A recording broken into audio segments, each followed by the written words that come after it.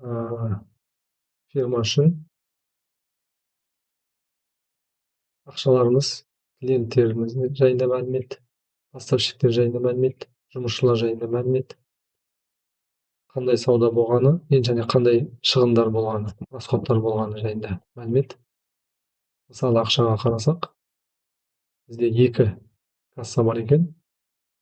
Екінші касса бойынша 360 теңге 300 теңге кеткен, қазір 60 теңге қалыпты.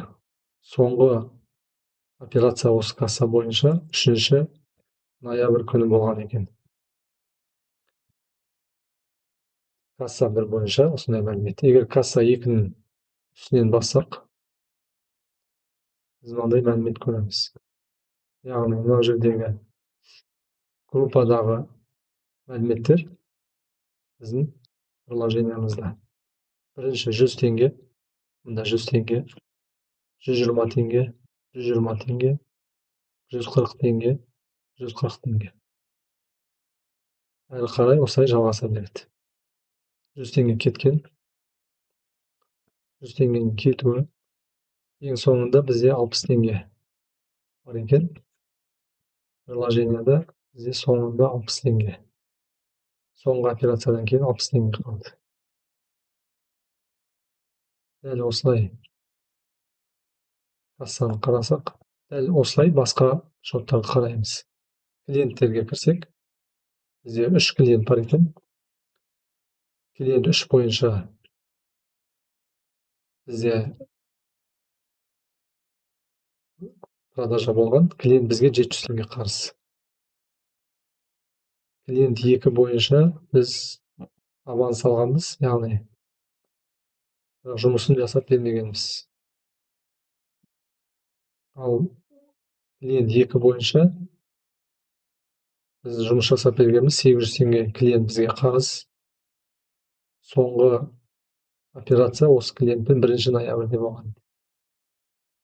Әрқайсысын кіріп қарауға болады. Мына жерде бізде клиенттер 1, 2, 3. Мысалы, 3-ші клиентті қарасақ, соңғы операциядан кейінгі қалдық 700 теңге. Мына жерде 700 теңге. Клиент 1-ді қарасақ, соңғы операция минус 350. Мына жерде минус 350. Клиент 2 кеше болған, 800 теңге бізге қарыз. 800 теңге бізге қарыз. Осылай көреміз. Келесі поставщиктерді қарасақ, ол да дәл сондай. Бізде 2 поставщик бар екен. Бірінші поставщикке біз 230 теңге қарызбыз. Қарайық. Екінші поставщик 2. Оның телеграм группасына келген мәліметтер осындай. Біздің базадағы мәлімет осындай. 3 операция болған, 3 сообщение келген. Соңғы сообщениеден кейін біз клиентке 230 теңге